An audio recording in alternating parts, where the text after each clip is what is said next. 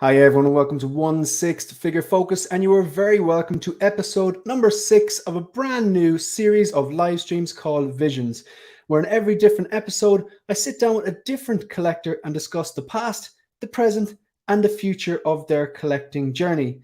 Now, this man, he's well known for his posing power. I would put him on par with Posing with Peter. If you haven't actually checked out Posing with Peter, I strongly suggest you go to his Instagram and his YouTube, and I also strongly suggest you subscribe to this man, our guest for episode 6 YouTube channel as well. He's got the posing power. He hails from the land down under. We're kind of bonded through mutual interests like figures, exercising, and home and away. We love home and away. No, the last one's just a joke. I'm going to bring him in. This is John Iron Logan. Hey, brother. Doing, thanks. Thanks for having me, mate. That's a cool intro. I've outed you as a home and away fan. We're totally lying, but we do think Alf Stewart's a bit of a legend. He's a bit of a legend. Yeah, How are you doing, man? You good? I'm doing good, mate. I'm happy to be here. Looking forward to this after you invited me. So I'm like, looking forward to catching up with Shane again. We had such a good time last time. So yeah, 100%. Just like just before we went live there, I was just telling John that I really appreciate it. And some people you just get on with, like you just kind of click with, like, and I really, really liked coming on. It was one of my first live streams I did, and really, really enjoyed the conversation, both on camera and off camera, and the posing. And I think at the battle damaged Mark 85, so I was quite excited about that. Yes, I finally have him now. Yeah. I finally have him. DX19 as well. We have a lot of common ground.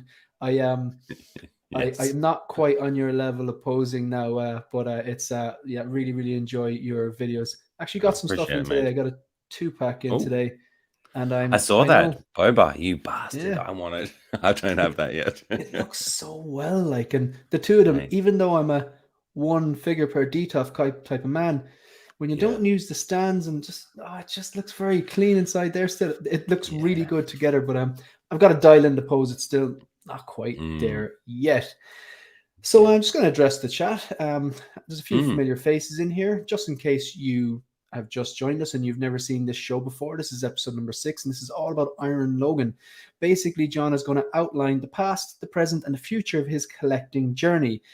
Every so often, randomly, throughout this show, you're going to hear everyone's favorite Star Wars sound.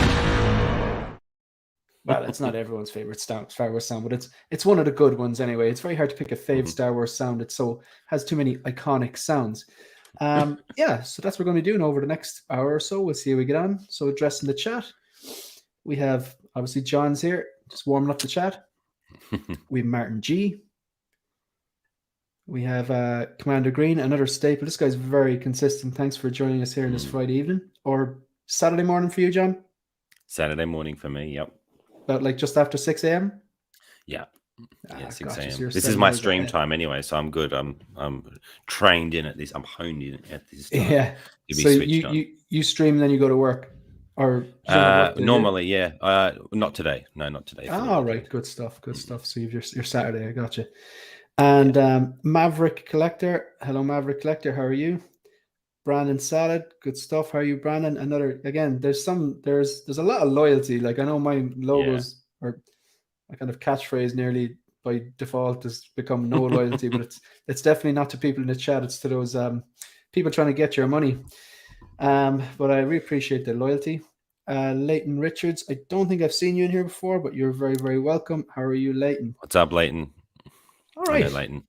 So straight away, we're going to get stuck into the past.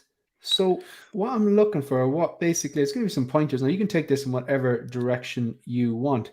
But what I really want to know is how it got started. Like, specifically, like I would like to know what your first 1/6 scale figure was, what your first hot toy was, who'd you buy it from, how did you feel about the price? Did you think that was just a one and done? Or did you know, oh, this is the start or something? Did the figure you buy, you were like, oh, that's the first one, but you already knew you're going to complete the line? Like, did you really just talk me through that? This is like, I really enjoy this, hence the show. It's all yours. Go for it. For sure, mate. Well, I think it goes back for me. When I was younger, I always used to play with G.I. Joes and Transformers. And even as a kid, I would go out and build like in dirt and rocks in Tasmania, where I grew up. I would go outside and build rocks and displays and play these games and play massive games with GI Joes and Transformers. I'd take them apart and make new characters and all kinds of things. As we get older, I stopped doing all that and kind of lost interest with that with that hobby part of me, I guess. And it wasn't until I was working at a gym, probably about an hour away from where I live, in this big shopping center, and I walked past a game shop and I saw Optimus Prime in the window. I didn't know it was Hot Toys. I just saw Optimus Prime. The only time I'd heard of Hot Toys was through my brother-in-law, who had I think an Arkham Knight Batman and an Iron Man. I think an Iron Man Mark III plastic version. He's never taken it out of the box, ever. He's had it in there forever. So I'm like, that's pretty classic. I don't know. That's another question for another day. But I saw this Optimus Prime, and something in me just said I have to go and check it out. So I actually went in the store and I said, "Can I just have a look at this? I just want to see what it is." And I looked at it, and as soon as I opened it up and I saw it, I was like, something in me was like, I just have to have this. Now, I wasn't collecting anything at the time. This was just random. Me walking past the store, seeing it in the window, go in there. What's this? That reminds me of my childhood. I loved Transformers as a kid. And I asked for the price, and they said $350, and I was like, "Yep, get the F out of here. See you later. Goodbye." And then I left, didn't get it. A couple of weeks went by. I couldn't stop thinking about it. I kept going past the store. It was still there. And I spoke to my wife and I said, "I really want to buy this thing. I know it's a toy and it's $350, but I just feel like I need to have it." And so I did. And when I got that, I didn't actually think about getting anything else, to be honest, Shane. I had that and I was just like, I really love this and I just know I like it. And then I got thinking, what else is there? This is probably a month or two down the road, and I This really sounds loved Iron familiar. Man. Yeah, and I was like, I'm a massive Robert Downey Jr. fan. I wonder if they do any Iron Man. And I remember, just thought for some reason, I didn't think of it then, but I thought my brother has an Iron Man. So I'm like, all right, I will, brother-in-law, sorry, and let's have a look at Iron Man. And I found that they did Iron Man, and that was it. That was when I think I decided. I got the first Iron Man. And then I ended up getting the Captain America Winter Soldier 2-pack. And then I was like, oh, Wolverine's one of my favorite characters. I wonder if he has a figure. And that kind of just spiraled from there. So that's how Game it all over. started. Game over, brother. So once I got that transfer, still to this day, that Hot Toys Optimus Prime, I think, is one of the mobility-wise for a robot figure is unbelievable. He's a great figure. It does actually, like, I can understand if like a figure like Spider-Man, like say I know any of the Spider-Mans have good posability and articulation. I completely understand that. And if you're willing to stretch the suit or whatever like that, if you're not too pushed about that, I completely understand that. But like it blows my mind where you take something like that Battle Damage Mark 85 and look at the articulation on it. I mean, granted, it won't be the same as like a homemade Spider-Man suit, but it's pretty damn impressive the way the panel moves out of the way so you can safely move another. Like there's a reason everything is made in China. Like they've got very, very, very good at manufacturing everything. Yeah, mate. Like, and when they definitely like high-end products like that, because it's not everything is the same quality of Hot Toys, but when they do put the R&D and the engineering and the artists and the designers into it and have the money, they can do some amazing things. And like really impressed. Still to this day, mate, the Mark 50 is one of the best engineered figures I've seen. The way you can interchange the accessories pack. I just actually ordered my second Mark 50. So in my display, I'm going to have two Mark 50s, one with using a lot of accessories and then one that I'm going to have nice and clean. And maybe I'll mix up the accessories, but I still think that's one of the best engineered. It's crazy how that guy moves. It's interesting you say that because some figures, I think you're a different type of collector if you have a double of any figure. Yeah. Well, I really do. Yeah. I've got some doubles, brother. I got two red and black suit Spideys. I'll have two Mark 50s, two Mark 85s. Eventually, I'll have two Battle Damaged 85s. This is all for a reason, and I can explain. I've got two Golden Armor Wonder Womans, two Endgame Caps. I think that's it for my twos. I think. So you've two Mark 50s, because I remember you speaking about that when I was on your channel. You were trying to you were kind of mentioning that there's so much you can do with it from a posing point of view. and there is the accessory packs and stuff. There's like infinite possibilities. So you're getting two, and Yeah. so do you have it in hand, the second one in hand, or No, is just this like... ordered. Just ordered the second one. Gotcha. And then you will eventually have two Wonder Womans and two Battle Damage Mark 85. That'd be correct? I've got two Gold Number Wonder Womans already. One with the big wings, one with the little wings. And then have we got music? Have we got theme music? Yeah, I put it on. StreamYard has some like...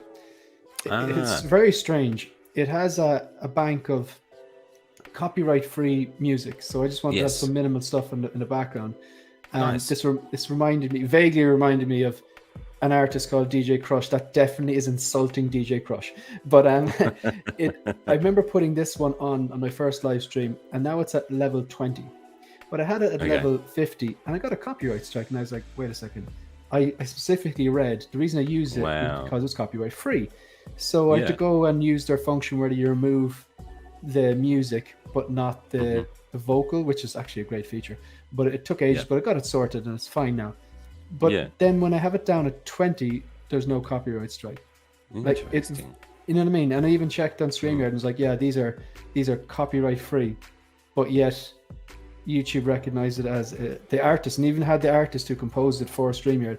But it doesn't seem to be a problem when it's down at 20. Like ideally, I have that actually on mine. I have that same problem with all the music I use. I purchased a membership with this music company, and they're copyright free, but I still will get strikes every now and then.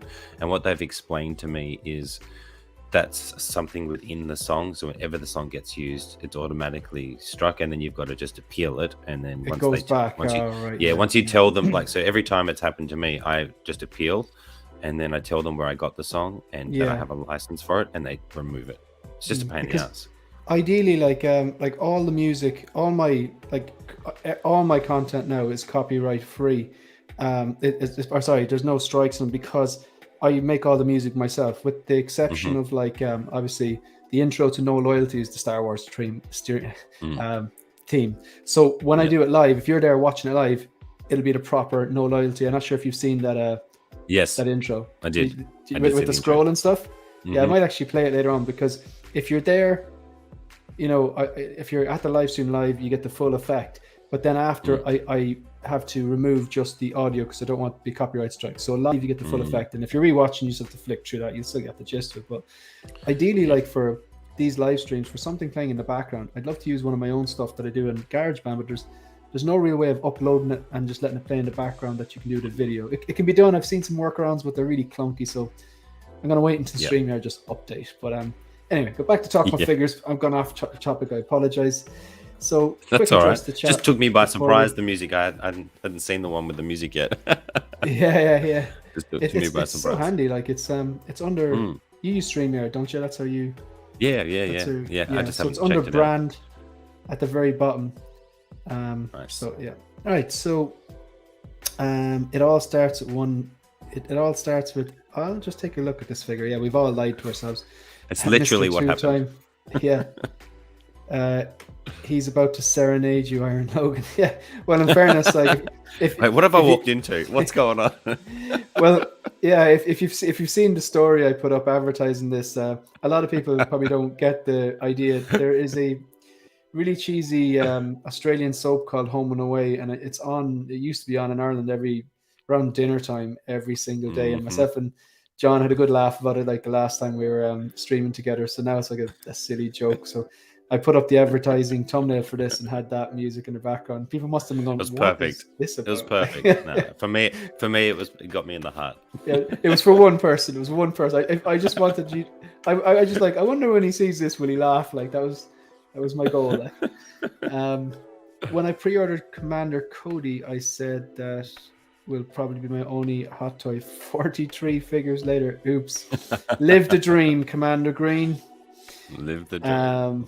Maverick Collector. I've spent a bloody fortune this last few weeks. Yeah, but future you will get loads of nice drops to your door. Yeah. Yeah. I'm really happy with that that Boba Roba 2-pack. Actually, mate, I was worried one day I can't wait to get it. Yeah. I can't wait to get it. I was worried how it would look together, but it looks really well together. No, yeah, it looks great. I even think it would look great with the robed version in the front. And like if you had an acrylic riser in the back with the suit, like maybe levitating or hovering behind him, I think that looks. Have him like look into the side, and then the suit, like it's like a little shrine to that his sounds character. great. Because you know what it was? It was like it came today. Like I was out today. I was out mountain biking today, and by the time I came home and I cleaned the bikes and packed everything up and had dinner and stuff like that, and I knew the box had arrived, and I said, right, that's I'll do that the weekend because I was tired today. And then I was looking at the box and I was like, oh, I've got an hour, and then it's just not enough time, like because you unbox everything, you check if everything's all right, and then you like it's just like a quick like make them stand and get the rough idea of the pose, put them in the shelf. Just so it's there for the live stream, but it's not dialed in. It's not dialed in yet. Yeah. Those little things. It looks good from here, though, brother. Yeah, it looks good from here, though. I can tell you what, it looks good from here. Yeah, because far away. But now there's going to be photos to come. Awesome. All right. So basically, who do we have in the chat again? Just going to very, very quickly. Oh, yeah, that's the last one we looked at, I think. That was it. You two could be Foster and Alan all together. Oh, Danny boy. You know he's Australian and not Irish. Oliver Pilgrim, do you know the story about what happened on Collector's Lounge on Sunday? I do. Yeah, we chatted about it on, was it, I think when I was with KG on my unboxing for him. I watched that. Yeah. Events crazy, like that and people like Oliver restore my faith in humanity. That was like, I know Ben was overwhelmed, but like I told my friends about that, like who are non-collectors, and explained the background, and they're blown away. Sometimes that kind of a selfless act it doesn't happen too often in today's world, I think. Well, they probably do. Probably happen, we don't hear about them, but I think a lot of time the world we live in, bad news travels quicker. But like, I just want everyone to know Oliver Pilgrim, who's on the 1/6 Scale Man's YouTube channel. We were doing Collector's Lounge, which takes place at 5 o'clock Irish time every Sunday, with myself, Killer Cam, Loco Lou, Attention Seeking Geek, and obviously Dale. And basically, Oliver Pilgrim dropped a $300 super chat and said, give this to Ben. I want to do something nice for someone today. I want him to have that figure. Just thought that was class. Just awesome. That's so good, man. You're a good man, Oliver. Yeah, 100%.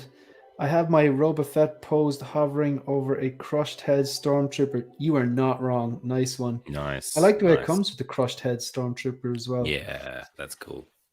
I got my Mark 85 first, and then got it in hand, was blown away. The journey to selling 1,500 Funko Pops has begun. Oh my God. Let's go, Leighton, down the rabbit hole. Let's go, brother. You're going to make a fortune. No doubt some of those are rare ones, and they go for a pretty penny, those rare ones. That was amazing. Yeah. Yes, the super chat was amazing. Yeah, 100%. And Ben getting upset. Yeah, I think there were tears of joy, and I think it just struck me. You know what? I reckon Ben needed a win, and just it was like Oliver Pilgrim put out the Spidey sense, and you actually nailed it, Oliver. That was awesome, and we appreciate. You know what? I think with that, I think it's also hard to accept gifts for some people, especially like live. If you're live in a chat and someone gives you such generosity like that, it's almost hard to accept how to respond 100%. to that. Like, but yeah, Oliver, that's such a good thing, mate. 100%. Like it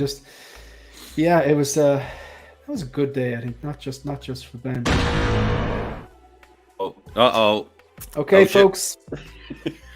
Obviously, if you've just joined us, this is Visions episode 6, where I sit down with another collector, and I'd say friend at this stage as well. And we discuss the past, the present, and the future of his collecting journey over the course of about an hour, maybe a bit longer. There's going to be 5 Sonic charges. They're focus questions. I just like the way that rolls off my tongue so easily. Smooth. I have a bank of questions, but I also have some tailored to John. Some are the same. Some are standard questions. Some are tailored to John. So I'm going to go straight out into... Yeah, okay. So you can take this whatever direction you like, John. Toys Wonderland. Are they a scam? I don't think so. I don't think so at all. I mean, I bought a lot of figures from them. And it's funny. I had a feeling you'd bring up a Toys Wonderland question because I use them quite a lot. I've had. So do I, by the way. So do I. Yeah, I buy a lot of figures for them majority of the time. Being in Australia, I can get them within a couple of days, which is amazing. As if I want something and I don't want to wait for it, I'll pay that little bit extra to get it.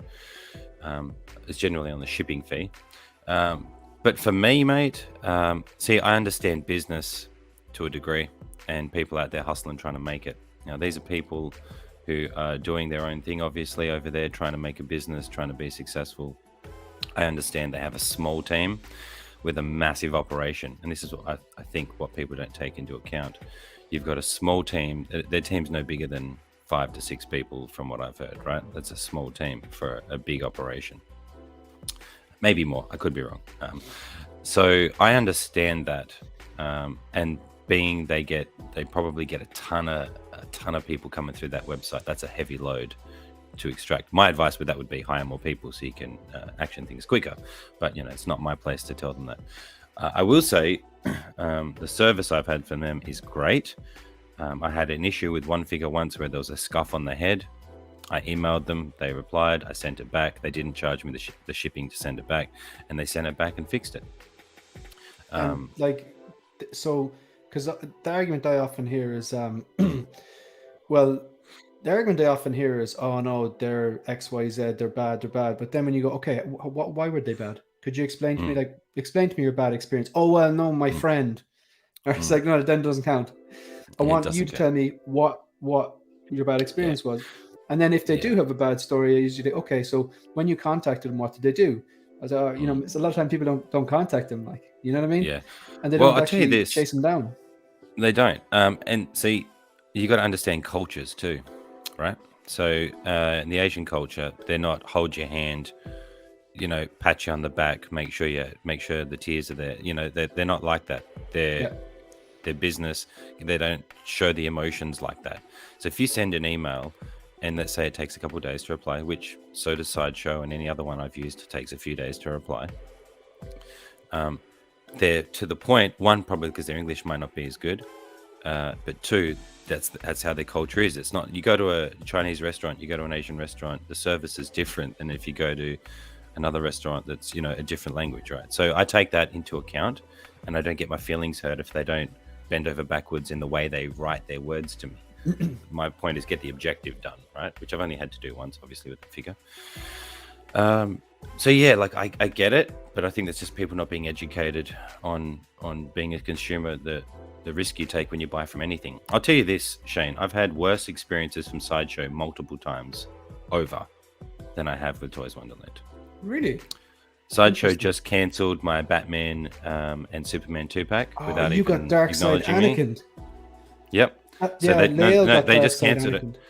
They just said, we're cancelling your order because it has batteries in it, and the Australian government doesn't allow these batteries in now. They emailed that and cancelled it at the same time. No discussion about taking the batteries out or whatever. Toys Wonderland, they'll take the batteries out for you. So you can still, so I would say customer service wise, if I want to get something, they're willing to take that next step so I can get it. Whereas Sideshow don't even consider it, bro. That just cancelled. See you later. We don't need your money. That's an easy job because they open up the box, they can carefully take all the clamshells out, and they pick up the little tiny clamshell with the batteries and keep them or throw them in the bin or whatever. Do whatever. You take a photo. You can take a photo to document it. Put it back in. There's my money. Take my money. It's not as if they're using the screwdriver to open the Iron Man head and potentially scratch your figure. You know what I mean? Exactly. That's I think maybe, and that's just one of many, by the way, bad experiences. Yeah. Have you ever been to America? I have not. Okay. I've been to America several times, and one thing I noticed that when I walk into a shop, there's someone straight over to me. Let's say you're in a shoe shop, right? Person straight over me with a big smile, and they're like, hi, sir, if how can I help you? Welcome to wherever it is. And the customer service is mind blowing. They're so nice, they're so positive, and like it's great. But I'm not really that type of person. I just want to go in, be left alone, buy what I need to get, and then get out. I'm there for the product. I'm not there for a chat. But I really do appreciate the fact that they do make a serious effort, whether you're in a restaurant, whether you're in a bar, whether you're in like a shop, and it's a cultural difference. Whereas in Ireland, you'll probably get somewhere in between that and maybe the culture in China. I've been to Eastern Europe where, you know, you go into a shop and a lot of time people, they don't even say hello to you. It's just like money. And there's, you know, it's very, Yeah. it's a cultural difference. So I think you're dead right. It is a cultural difference. Plus, if you email them during the day, because, you know, the earth is round and China are pretty much on the other side of the world, they're probably in the middle of the night for them. So they're not going to get back to you until probably 12 hours later, you know? That's right. But yeah, thanks for so you in conclusion, Putting on you that a don't- smaller team, a big operation, you got to. I understand that when I buy it, and I understand that's the risk that it may take longer and things like that. I'm not going to get my panties in a knot because they didn't get back to me right away. I understand that before I make the purchase, and with that, I've always had good experiences. Yeah, that's just interesting. my take. That's interesting. So hearing people whinge about them and put them down all the time, like just don't buy from them. So many content creators want to complain about it, and I feel like unfortunately that's where a lot of streams go these days, is complaining about something. But just educate yourself, make the decision, and take responsibility for your decision before you make the purchase. No, that's fair. That's where I stand on it. The way I see those companies, like all those different companies, whether it's an official distributor or a Hong Kong-based reseller or your mom and pop shop, there are pros and there are cons from all of them. There's no such thing as the perfect company. Ideally, the perfect company has the best prices, the lowest shipping costs or free shipping costs, doesn't get you caught for tax or customs, and gets back to you like instantly. You know, that doesn't exist. Come on, it's like no. But you know. I know I'm just a price hound. Like I do the whole cross-checking thing, and I see if the web points here. What's the shipping like with them? I'm gonna get caught for customs there. They're doing a 10% off sale. You know what I mean? And I do that. I work it, and so I'm never going with the same person. But actually, I have bought a lot of them. Exactly. And before I do, what up, KG? KG's in the house. KG. I am the same. I will still buy from anywhere, just because I buy from there a lot. You know what that means? When I buy from there, it's because that's the best deal I've found for that figure. Generally, you know, I get from another company, So Good Toys. I get from Games World. I'll get from wherever has the best deal. And as the consumer, you can do that or not do that. That's completely up to you whether you want to put the effort in to look. It's your right. It's your right to do that. It's your right, so I will do that. It just so happens a lot of the time when I've wanted to get a figure, I've been able to get it for the price I was happy to pay, knowing that I will get it within 5 days. I've ordered from other companies and it can take 3 or 4 weeks to get here. I order from them and I get it within a couple of days. Sometimes for me, that is better customer service. That they're willing to use a quicker delivery service for me to have it quicker. Less chance of problems. I don't know. So that's kind of where I stand. But I will go anywhere. Maybe, you know, I'm a bit annoyed at Sideshow. I can never buy an Iron Man figure from Sideshow ever again. The way it stands I think they're going to lose a lot of business, and they're going to work that out. I would imagine what's going to happen is, like, if Australia don't change their laws and maybe other companies start doing the same kind of veto or banning of those batteries, Hot Toys will probably go, all right, we won't put batteries in anymore. Or maybe... just USB. maybe, micro USB. Like they should have been doing it 10 years ago. This is now could be a catalyst. This could be a blessing in disguise. Depends how much business they would lose from it. Depends how much business they would. I'm going to address 2 more comments before we move on. So I was reading about the Australian Post. It's insane. I feel for you guys. I presume that's the Australian postal service, the shipping charge. Oh no, with the I think with the batteries he's saying. The post about it. Gotcha. Maverick Collectors, it's like the guy from Toys Buying Agent used to really help with customs. Yeah. I've never heard anybody say a bad thing about Toys Buying Agent. Have you, John? Never heard anything bad said. Yeah, no. I've heard nothing, and I've used them twice. I got DX19, so he's obviously in my good books, and I have a sculpted hair in art Joker on order with him as well. And then someone from the UK scammed him, and now it's hard to get. Damn it! Why can't we all just play nice? All right, so the past, just before we move on to the present, really. So there's just based on just want to recap on the past. So it was a Hot Toys 1/6. Was it 1/6 scale Optimus Prime, or was there a scale on the? I've got the box over there. It doesn't say scale. I don't think it just says Optimus Prime. Yeah, because that could be very difficult. Because would it be bigger than the DX19 there? Oh, right, okay. Well, he's about as tall as Captain America. He's pretty small. Right. Okay, so it's probably not a true 1/6 scale then. No, it's not a true 1/6. Yeah, yeah. Because it's one of the earlier figures. You strike me as a Gen 1 type of guy. Yeah. Yeah. Gen and 1. the Transformers movie back in the day, the cartoon. Classic. I still remember as a kid being upset when the big guy died. Like, it was my traumatizing. Yeah. And you know what it was? I think it was the first time in my life I was watching a TV program or a movie or whatever where they killed off a main character, and I was like, they can't do that. It's the first 5 minutes. Yeah. And then it just became, as you go on, it becomes more real when important characters that you've grown attached to in TV programs and movies die. It makes it real, and it makes for better writing. You know what I mean? Like Game of Thrones basically made a whole series out of it. Like, you know what I mean? Yeah. But 100%. So where did it go from there? I want to know your first three. You've told us it was Optimus Prime. What was the first, back in the past, what was the first figure that you actually ordered online? Your first hot toy you ordered online? That would have been Iron Man Mark 43. And that was from? That was from Pop Culture. That's Australian based, isn't it? Australian company, yeah. And then where did you go from there? Where was number 3? Number 3 was the Captain America Winter Soldier 2-pack, which I found in a comic book store, actually, in the city of Perth. That's the civilian look.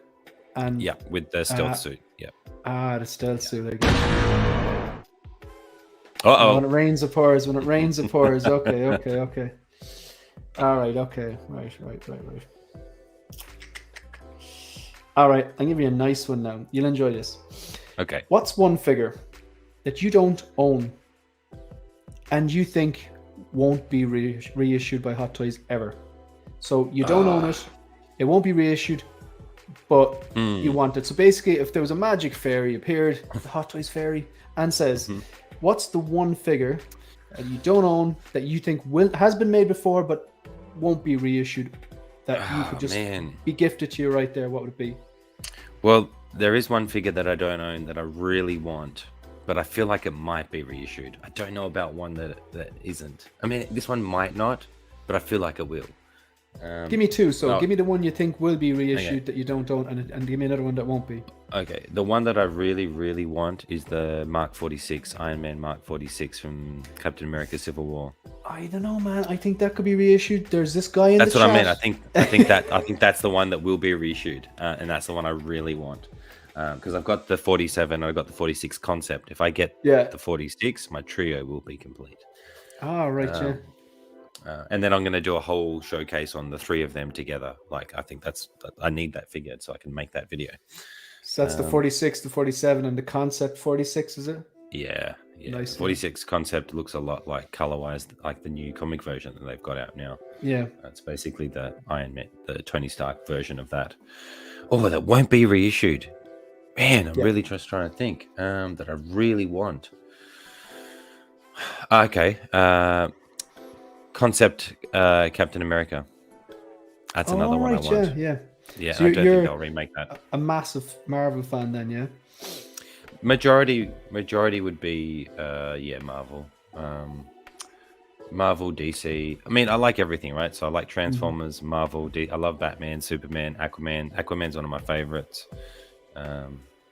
I love all that, but collecting Mando, when it comes to Star Wars, I will get every single Mandalorian figure, so I will have all the Mandos, and I already currently do have all the Mandos.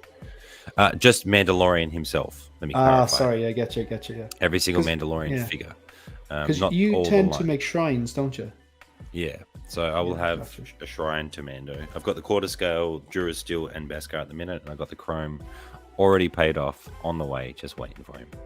Good stuff. And did you, when you said already paid off, like I'm a big fan of payment plans. I just find it's just more sustainable for me, especially if you've got a few things in order. Would you be like a paid off straight away, or do you like the payment plans? Or I do both, mate. I do. So I've already paid off Sam Wilson, Captain America, and the Chrome Mando, which I did on payment plans with Toys Wonderland, just so you know. And then I just put the Mark 50 on a payment plan, because that's one, because I've already got it. I'm like, I'll just pay that and I'll get it in 6 months. You know what I mean? Like, that way I can allocate funds to get other things I want to get now. I can just kind of, I don't feel the problem of having that. Plus, I wanted to secure it because this one website, it's one that I could actually get it because I can't get it from Sideshow anymore. So I had to find a website that actually had it that I could do a payment plan on. I get you. Because that's Because definitely they will remove the battery. They'll oh mate, it's thrown a curveball for me and Justin big time, mate, and any other Australian collector.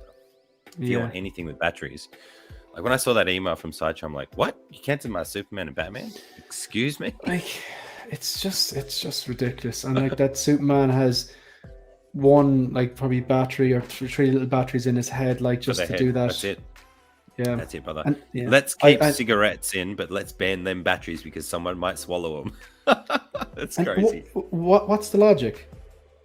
I'm assuming some Karen has complained that someone swallowed a battery and died.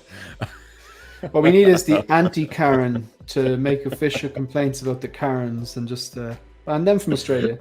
Yeah. So they're banning it to protect us because, kids are going to get into that Iron Man, find the panel to remove it, get the screwdriver, get in there, pull the batteries out, and then swallow them. If that kid can actually remove batteries from an Iron Man and he can put them back in, he'd make a fortune going around installing those things.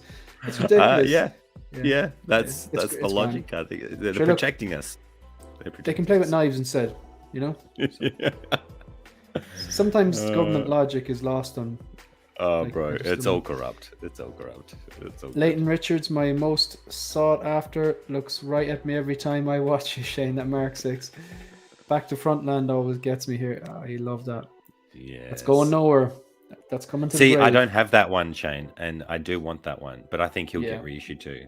I think so too. And you know what? I hope it does because it'll make a lot of people happy and make me happy. Yeah, exactly. And then I'll be happy. How do you feel about that? How do you feel about that? Because I see this conversation all the time. All these pretentious, stuck up, like people complaining. I don't want it to be because it's not a special. Bro, you're collecting toys. Shut your mouth. Let everybody have the opportunity to get the figure. It's this simple. Myself and Dan and Dre, I think we're on the same page as this. Like Warren Buffett said, the price is what you pay. The value is what you get. Right? So you go and pay. Like I paid, I got that at retail, shipping and everything and customs, 400, maybe 460 euros, something like that, because customs in Ireland and all that kind of crap. But like the value you get off it, every time I come in, my eye is drawn to it. Every time I repose it, I just get a little bit of a buzz out of it. Every time I photograph it, I just exactly. Yeah, exactly. I just love it. And if I knew that I was getting reissued, if someone told me, right, look, they're going to announce it next week. Get rid of that now. I've seen it go used ones that are in mint condition, which that one is. Yeah. For €1,000 on eBay. Yeah. So if someone says, right, it's going to be reissued next week, would you sell it? No, I wouldn't, because let's say I sell that for 1,000, right? And then let's just say hypothetically the new one is around €500, and then I ordered the new one. So now I have €500. I don't have that for what, 2 years? Mm-hmm. You know what I mean? So is that €500 I've made better than looking at this on my shelf for 2 years? It's not. No, it's not. Exactly. It's like it's just no. And if I can add to that, Shane, if you think about that, right? People want to complain about the ethics of companies, right? Reissuing things to make money, cash grab. That's an exact cash grab by the collector who would sell it to screw someone else over to get more money out of them, so they can 100%. make money and get the figure as well. So where's your ethics there? The person, you know what I mean? Or the person who's like, I don't want you to have this, so I can feel better than you. That's like that complex to me is that's not a nice way to be as a person. If you're collecting for that, you're collecting for a different reason than I'm collecting, because I'm collecting for the joy of enjoying these things. And I would love other people to be able to have the joy of these things as well.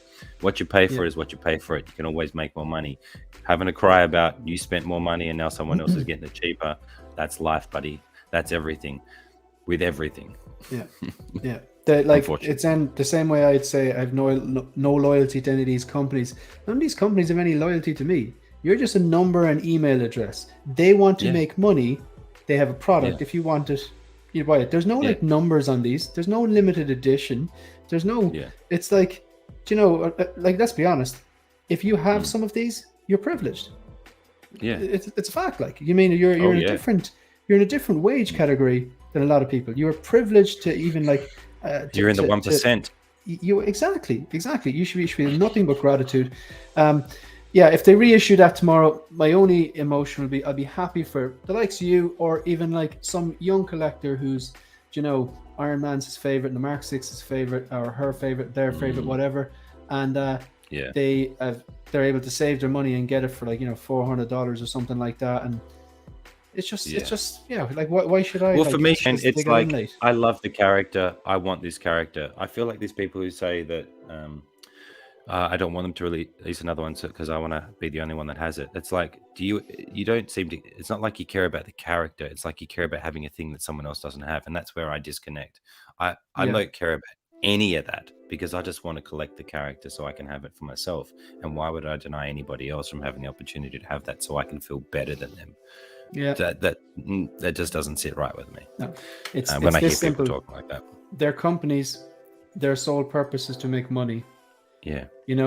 And you're as a consumer, your purpose is to get these, fantastic, high quality, accurate head sculpts, accessories, the whether it's the die cast or not, basically amazing pieces of art which replicate some of your favorite characters and give you that nice dopamine hit when you look at them. Do you mean? Exactly, 100%. Yeah, 100%. If they didn't remake that, you wouldn't have it in your hands right now, brother. No, I wouldn't. I'd be stuck with that DX02, which was a dumpster fire, which I overpaid for. I'll tell you what, do me a favor, start a business, put all that work in, spend all that money, put all the effort in, start a business, but make no profit from it to get me happy. Go. Yeah, exactly. I don't know, man. It's crazy. But for me, I want Moff Tarkin, but it's a crazy price. Let me see, Moff Tarkin. Wasn't there the Grand Moff Tarkin Vader 2-pack? I did this other live stream. Do you know what? If you don't mind, John, I'm gonna play the trailer for the intro for No Loyalty. It's a different series of live streams I have where I invite different collectors on, and we randomly select 3 Star Wars figures from. I have like a list of 20 or so.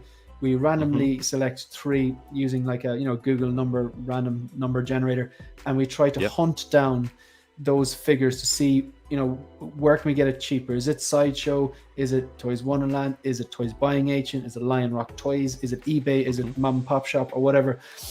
So I'll just show people in the chat, because the reason I'm saying this is because Grand Moff Tarkin Vader 2-pack, the cheapest we found it for was $1,300. Then someone messaged me saying they saw one in a group sealed for $650. I did inquire about it, but I haven't heard back yet.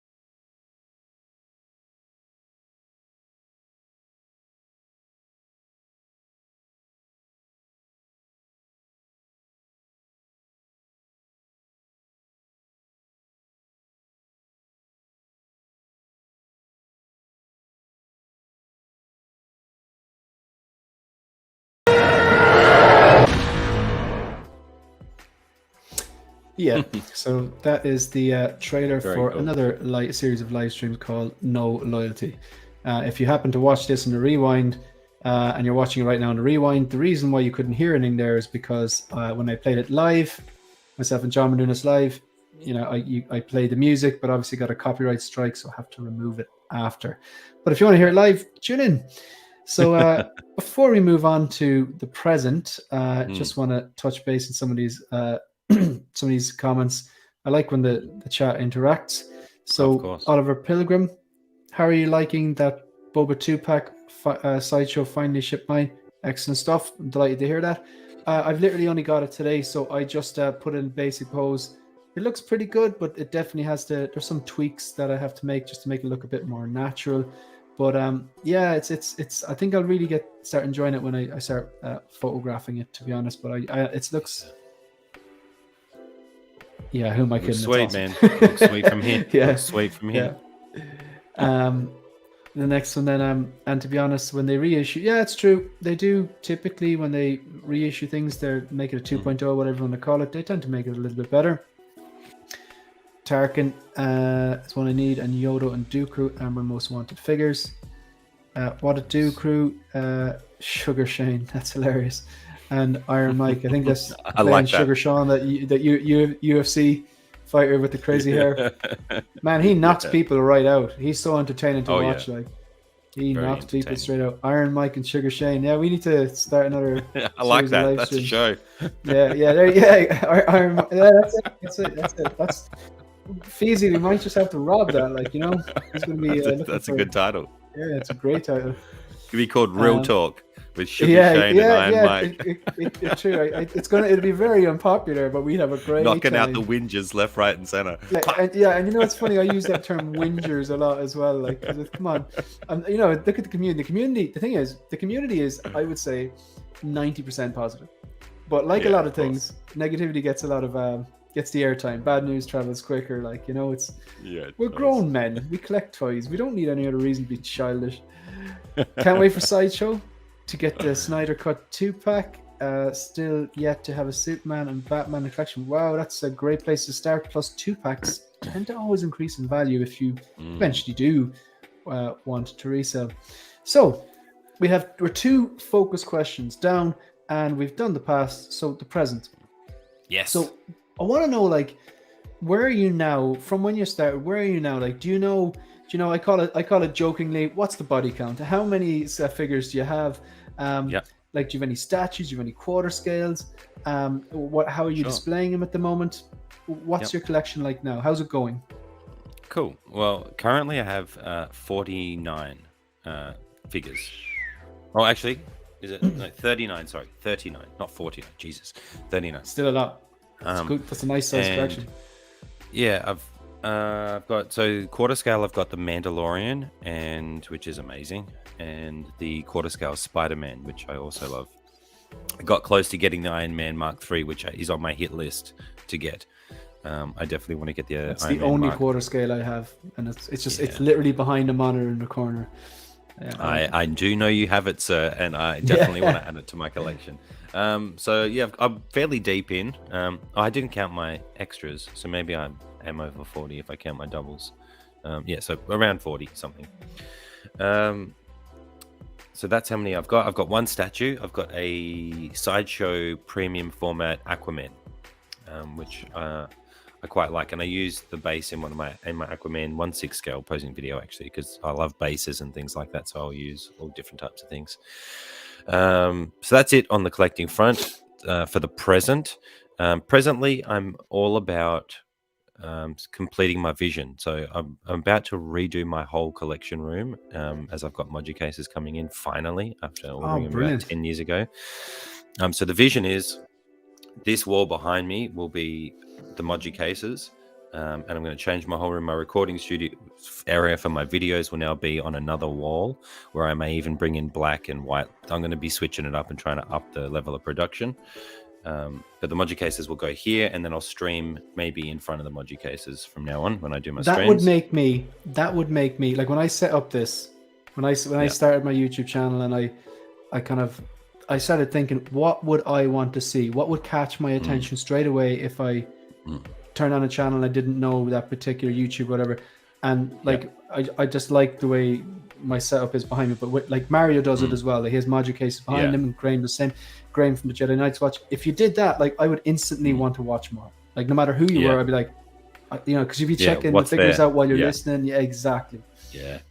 So that's one of the reasons why when I first started streaming, I always put a figure on my desk, because I'm like, I've got nothing behind me. So I'm like, what can I do to show that I'm a collector? So every time I'm on a show, and have ever been on a show, I have a figure posed up, so you know that I'm a collector, basically. So when I finally get the Moji case, that will be behind me. But my present goal for collecting is I've decided to go more completing I collect for my favorite characters. So because I don't buy everything, I can buy multiples or more of the same figures. I have what have we got? I got 6 Captain Americas. I've got 10 Iron Man. Wow, you've 10 Iron Mans. Okay. Yeah. Tell me which ones you have. Go like chronologically. Okay. From Mark 1 onwards. Which ones you have? So I've got a lot of the older ones. So I've got Mark 7. I've got the Midas. So I've got the Mark 7 and Midas, which will have a video coming soon. I haven't unboxed the Midas yet. I only just got that. I've got the 43 Hulkbuster, obviously. The 46 Concept, the 47... the 45 from Avengers Age of Ultron, which I just got recently. 2 Mark 50s when he gets in. I'll have 2 Mark 85s, 1 battle damaged 85. And I think that's it. And then eventually I'll get the quarter scale Mark IV with the gantry. That's coming to the collection without a doubt. That's huge. Yeah, so that's absolutely gigantic. But see, because I've got that, I've got I've got 8 Spider-Man, Iron Man, Cap, Batman, Superman, and Mando are my main ones. I've got Thor and Mysterio and a few other characters here or there, but when it's my main character, when I have the Moji case, everyone will see it. There's a reason why I've never done a collection tour. When I get that set up, I'm going to document the whole thing, and I'm going to show people something that you've never seen before in a collection. I'm going to have full-on diorama, setups, action sequences. Each Moji case at some point will be a scene recreated, honoring all the characters in different looks, different poses, whatever I can. It's going to take time to build it, but that's my vision right now for what the collecting journey is. Getting the figures that I love, stocking up on my favorite versions of each character, and for me, that's what brings me enjoyment. I don't need multiple ones of characters if I'm not into them fully. Otherwise, that's, to me, I'll end up selling it. And I don't collect 100%. To sell. Yeah. As in, like, I know, like, say Jeddah, like, who I've been subscribed to for a long time, and I watch his stuff, and I like his content. And he would say things like, his catchphrase is kind of like "collect what you like." Like, I even like go a step further, because I like so much, I can't collect everything I like. So I kind of I step it up. I pass on things I like to collect things I love. Like, I know it's a different spin. Because, I'm the same. That's the same. I'd get way more if I could. Way more if I could. 100%. Like, but like, financially, obviously I get exactly where he's come from. Like, don't let people tell you what you should and shouldn't buy. Don't FOMO. It's just sums it up. Collect what you like, and that's what you should be doing. Like, because there is a lot of this. Like, you've seen those posts. We've all seen those posts. They must be from like young new collectors who maybe are just into the game and they're enthusiastic. But the posts on these Facebook pages, I'm torn between the Boba Fett 2-pack and getting Cad Bane and the new Boba Fett. What do you think I should do? Like, I didn't go to your job and work for you for a week or two so that like you didn't go and work a week or two at your job so I could make a decision for you, man. You gotta just pick what you like. You gotta make like, don't put that into anyone else's hands. Like, it's like we all have different tastes. Like, That's right, and that's something I try to stay true on. Like, for me, it's always been about, and look, that handicaps me in a way, right? I have this YouTube channel. My goal is to grow the channel, and I want to make a living off it, and I've never been shy about telling people about it. So I'm honest about my intentions when I do things. I'm trying to create artistic expression with these figures. They're my conduits to explore, play, create things. That's what I love to do with them. But I handicap myself by getting the same figure, because theoretically, if I was someone who wanted to just get things in to review them and get them out, I would have more content to make. But because I'm getting the same figure, a lot of it could be the same stuff. So I have to get creative with how I do these displays, right? But the collecting trumps, like, my goal is to collect what I want and stay in my lane and get what I really love. And then I'll make content with that, and people either like it or they don't. And that's where I stand with it.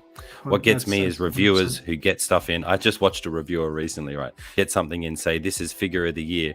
And then I see on their Instagram, they're selling it. And I'm like, I'm so happy to have it in my collection, blah, blah, blah. So for young collectors, when they watch this stuff, right?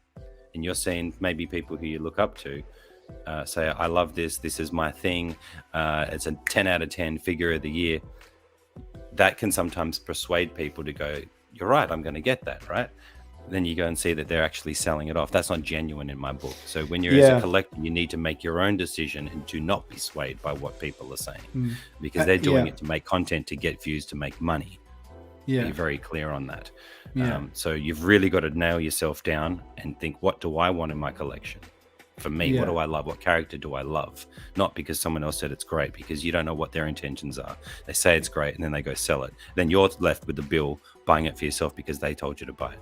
Don't do it. Yeah. Listen to yourself. 100%. Like it's at the end of the day, there's only one person going to your job every day, you know, grinding and working money, and you got to pay your bills, you got to pay, you know, your rent or your mortgage and all that kind of stuff, like, and your savings, whatever, price of gas, blah blah blah. So that discretionary income, like, you are the person that earned that, so you should choose what you fund that into. Like, so no, 100%. You know what? I had Lael on the show last Saturday, and I kind of I tend not to use the G word because I just get a bit kind of it's a bit cheesy, like, you know, when people use it. But I did ask him. I said, like, all right, so do you think grails are a thing or something like that? And he said, a grail only exists in your mind. And I love that, because it's like you decide, like, what figure is your grail, what figure you don't have for whatever reason. Maybe it's a price thing, maybe it's a rarity thing, maybe you just haven't found it for a price that you're willing to pay or whatever like that. It's your own connection, something that you love, and for whatever reason just a little bit out of reach, or you're working towards it. It's in your own mind, because it's subjective. It's all completely subjective. Well, to me, mate, this was a grail for me because I want a Christian Bale, and the Mark 46 is a grail for me because I don't have it. It's unattainable right now financially for me. So to me, I look at that as a grail. Again, you're right. It's what is something I really, really want.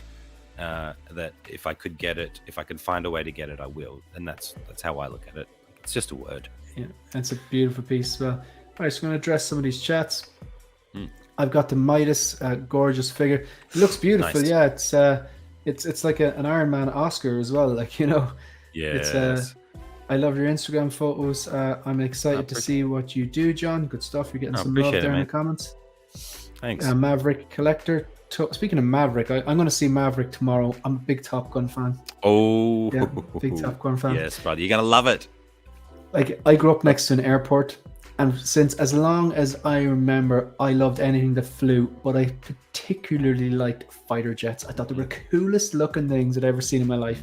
So Top Gun, like, as cheesy it is, you know what it is? It's Hollywood cheese done right. It's good. Yeah. You're going to be blown away by how good the story is in this one, mate. The story's amazing. It's amazing. I've heard it goes in different direction. This is not 6 scale, but, like, I saw this on Dean Knight's. He did a review in it, and I actually really liked it. And from a kid, I always wanted a Tomcat. That is sick. And even the stand is articulated, and it has the 2 different wing configurations.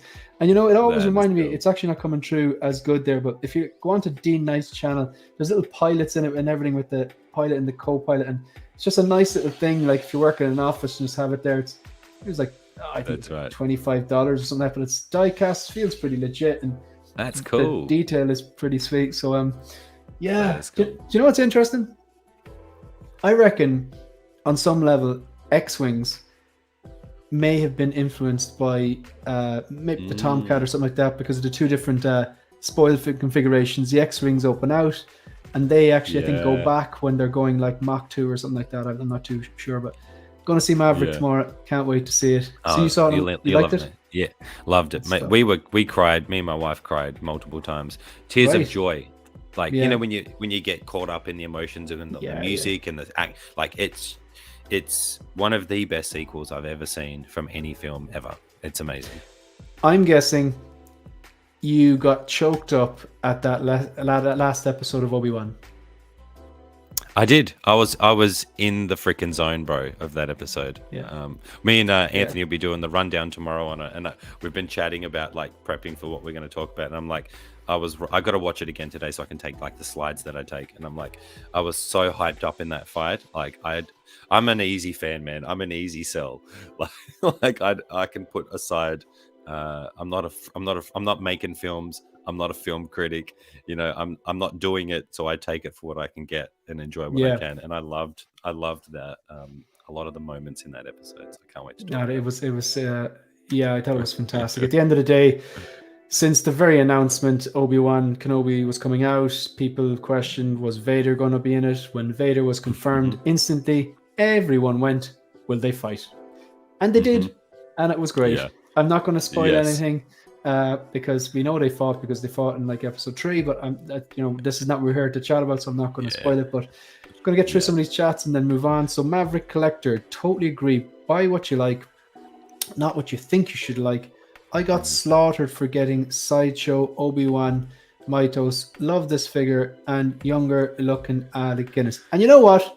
A lot of those same people that probably slaughtered you will more than likely be on the Facebook groups after watching episode 6 of Kenobi going in search of Sideshow Kenobi for a reasonable price. So leave them off. Swings and roundabouts. Whinge bags. Can't wait to see... Watch it. Just watch it happen. Leighton Richards. Can't wait to see the final setup. John, me too. I'm really looking forward to that. I'm looking at doing dioramas for scenes, but don't know where and how to start. Yeah, me too. I get that. That can be overwhelming. Yeah. Me too. Agreed. Mythos Obi-Wan was great looking. And like I'll tell you, like even like just a full disclosure, I'm not a fan of the Sideshow figures. I've never owned one. What I see, I hear the bodies aren't great. That's why I won't order them. It's not like up to me to tell someone, oh, you bought that, you're XYZ. That's just come on, like it's just immature. Yeah, come on. Scaled down shenanigans. I love that. What's up, everyone? How are you? Thanks for being here. First Lokage 92, getting different versions of the same figure has worked out as for the Shrine videos. True, yeah, it definitely has. William Owens, this man's a legend. William Owens, actually. William Owens. Cap is in the house. Yeah, he's the main man. William, you sent me a message. We were kind of talking on Instagram. Do you know is that item that you messaged me about still available by any chance? I hope you know what I'm talking about. But yeah, what is the secret of the Grail? Who does it serve? Is this a Raiders of Indiana Jones quote, perhaps? I don't know. I haven't seen it for ages. Yeah, same. Everyone check out John's new Doctor Strange video. It's great. I haven't checked that one out yet, but I will be. I think it's my best one yet, to be honest. I think it's the best I've done. I feel that's saying something because your poses are insane. Maverick is superb. I'm getting excited now. Take my breath. Yeah.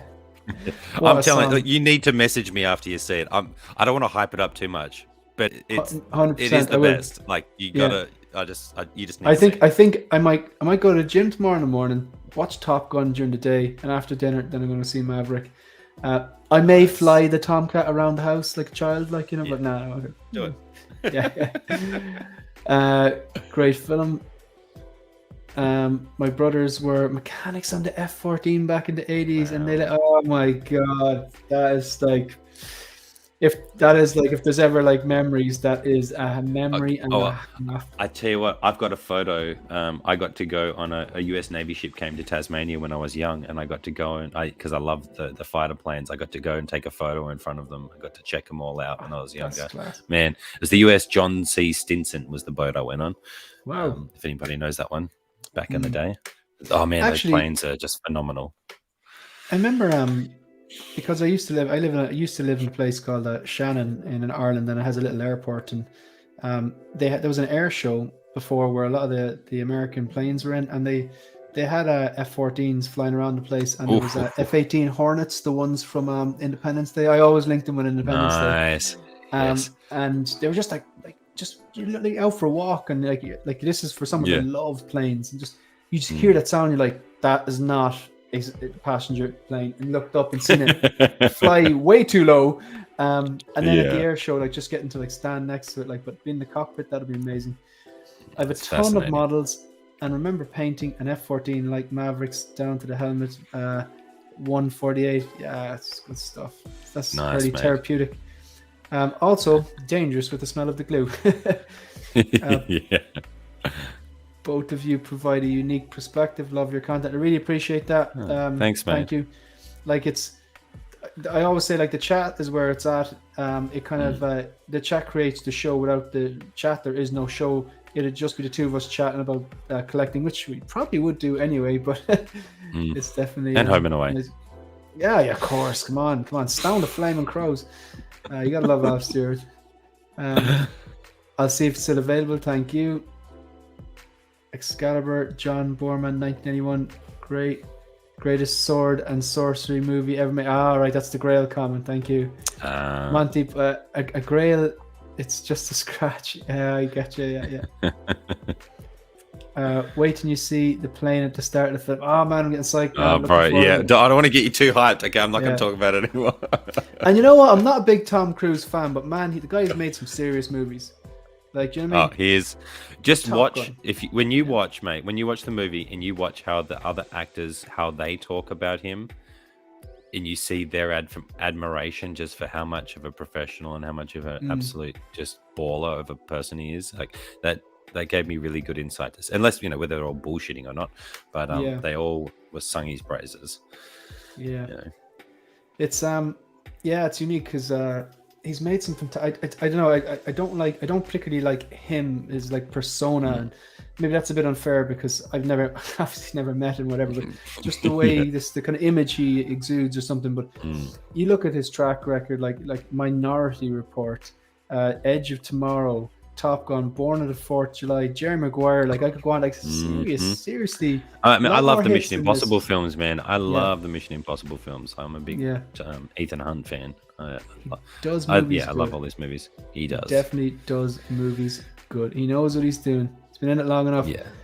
And I tell you one thing, he definitely looks after himself, because I think I saw recently pictures of Kelly McGillis, who was absolutely stunning in her day, and him when they were in Top Gun, and then there was what they look like today, which are obviously these horrible articles that internet kind of like internet on Facebook, they do these stupid suggestions and stuff like this. This kind of horrible journalism, like, but I think she struggled a lot after that movie, like, not only I don't know if she's still alive, but they don't look like the same age at all. I think she is. No, they don't. She looks a lot older. Yeah, she must be sick of hearing about Top Gun now.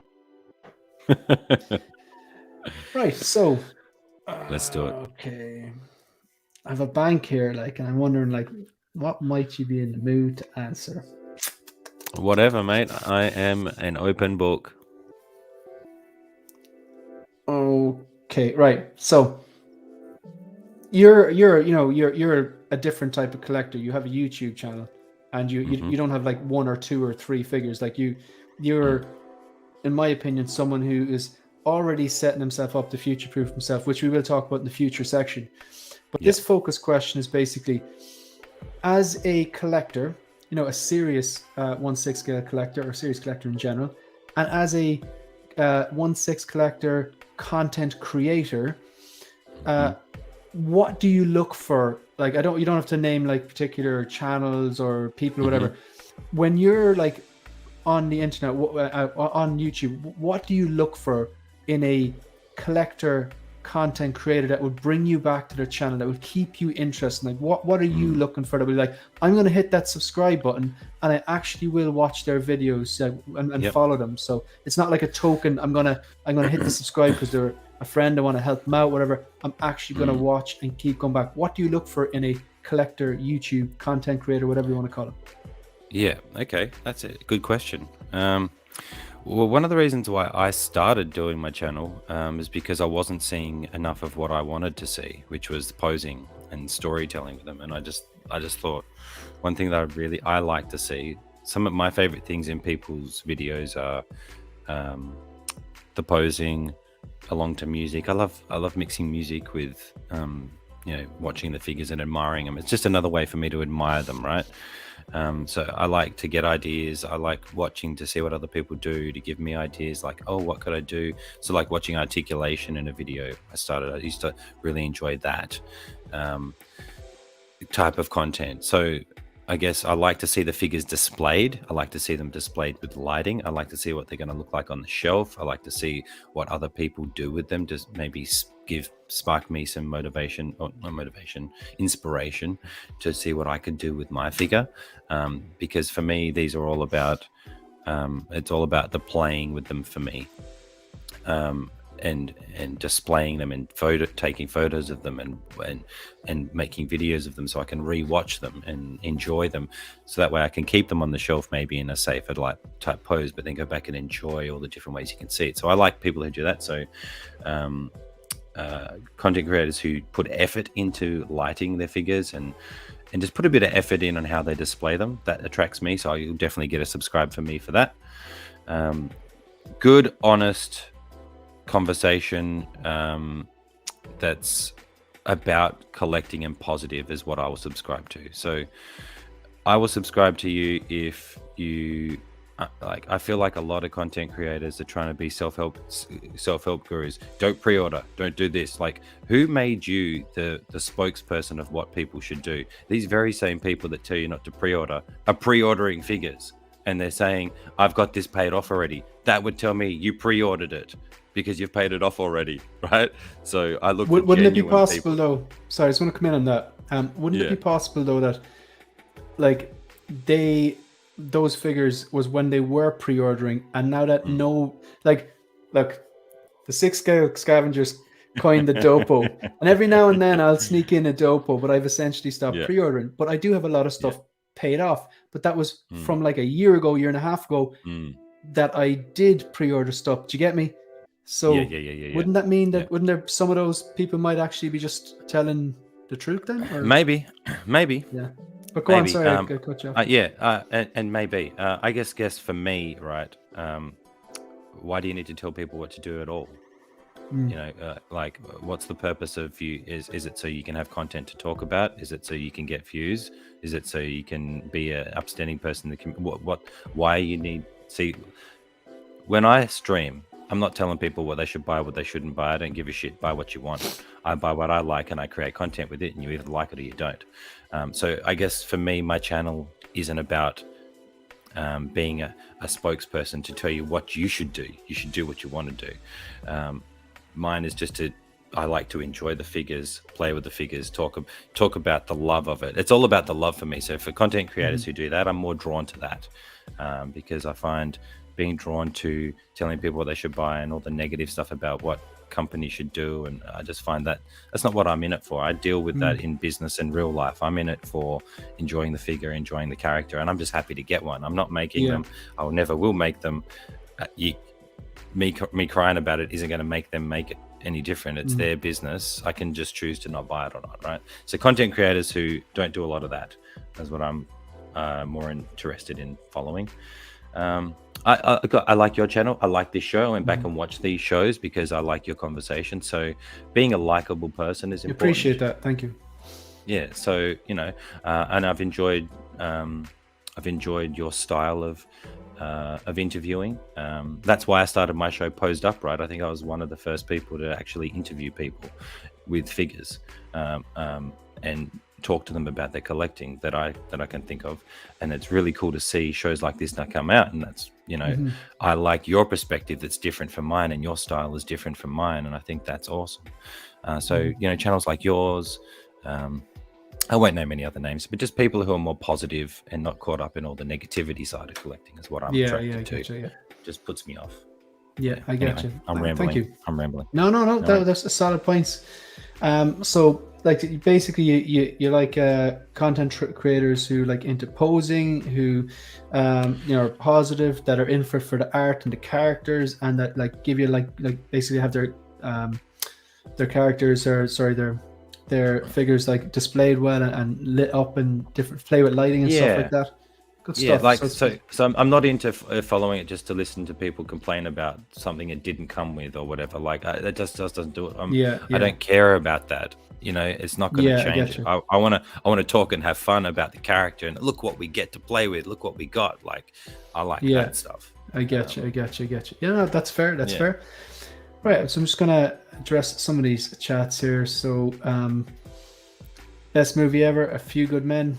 You can handle the truth. That is a classic. That's a classic. You know what I'm gonna do? Like during lockdown, myself and my girlfriend, we used to do like is at about 8 o'clock we just put the phones away and we watched a classic movie. Like we go into the IMDb top 250 and we picked a movie either we both hadn't seen, or maybe one that I've seen that she hadn't seen, or vice versa, and no phones, and just watch the movie. None of this like half watching it, actually watched it, and the quality is just so good in that IMDb top 250. I reckon I'm going to do a Tom Cruise season, and just, even though I'm not the biggest fan of him, he makes some fantastic movies, and just you will because be like after this. Thinking about some of these ones that I haven't seen in so long, like Days of Thunder. Come on. Yeah. Risky Business. Risky Edge of Business. Tomorrow doesn't get enough love. Last Samurai. Right. Come on. Yeah. I remember. I haven't seen that in years. Emily Blunt is fantastic in this. Although I did think Last Samurai was very much Dances with Wolves, like, which is the same reason I wasn't gone on Avatar either. But each to their own. Well, you see, he holds his own with the young ripped actors, no doubt. I'd say he fairly clean living.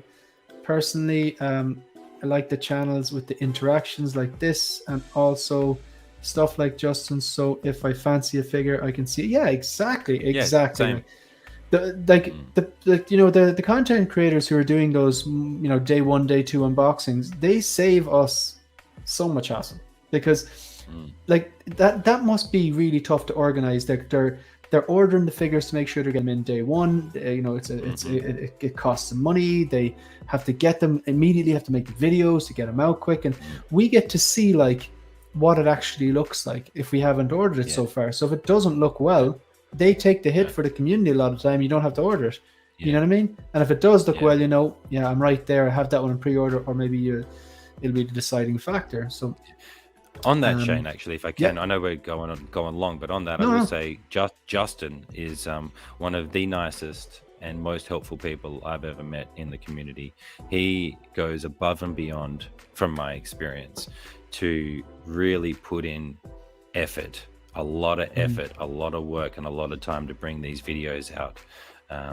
By going through all, it's hard work running a YouTube channel, and it's hard work doing it with real life, and then putting production quality. You have to learn all these new skills. You've got to do all these things. The amount of effort and work he puts in, and and knowing him personally, and knowing the effort and the hours he stays up till 6 a.m. finishing videos to get it out in time. Like he is, and will always reply to every comment on his channel. Like, he's one of the best. I would definitely say that he's a great guy.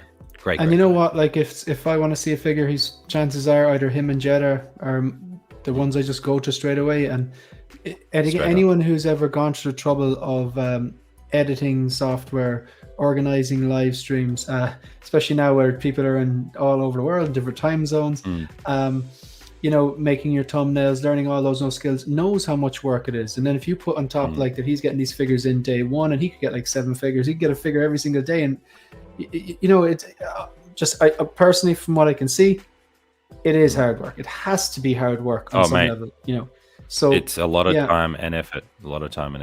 And if you tell him from me, like, if he ever wants to invite me onto one of his live streams, I will behave myself. No, he's the Mark 6. Actually, the first time I actually went through Sideshow, when I was looking at on YouTube to see what was out there, I think the Mark 6, it was, it just gone in stock in Sideshow. It was my first Iron Man, and I pulled the trigger on it, and I think Justin's video happened to be online. So it was like I had it ordered, and Justin had it beforehand, because he more than likely got his off Toys One or something like that. And so it was the first video that came up when I just went, a lot of people would, Hot Toys, Mark 6, Iron Man. I want to check out to see what this thing looks like. And I was like, I noticed it straight away. I was like, this guy's videos production is really, really good. Yeah. And like, that was back then. You know what I mean? But he is professional, and he cops a lot of flack for it, right? He is so professional, and he tries so hard to make it as unbiased as possible. And you think about it, right?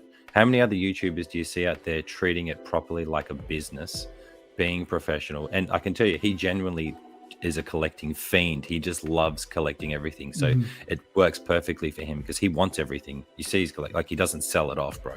He keeps that stuff. He's not a get it, review it, sell it type of person. I've seen his tours. He gets it because he and that's why me and him connect so well, because when we talk, there's no negativity. It's all about the figure, the collecting, the the art of it. It's all the fun stuff. It's not.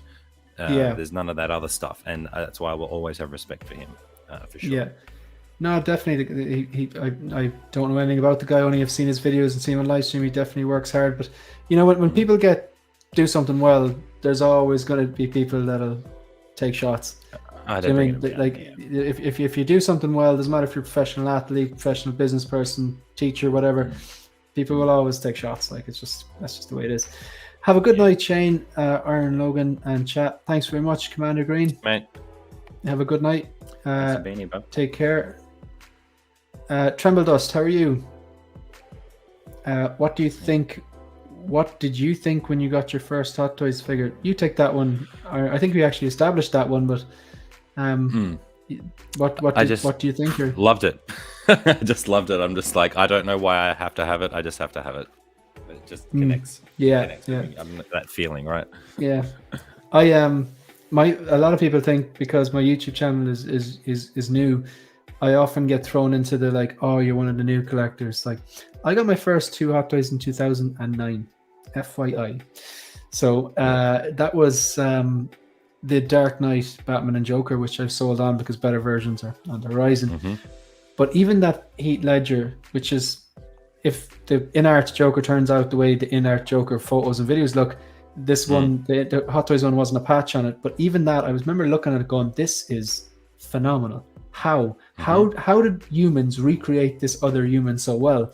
And the tailoring and everything, I was blown away by the attention to detail, the tailoring on I couldn't have all those layers, and it didn't look like a Michelin Man. That's really impressed me.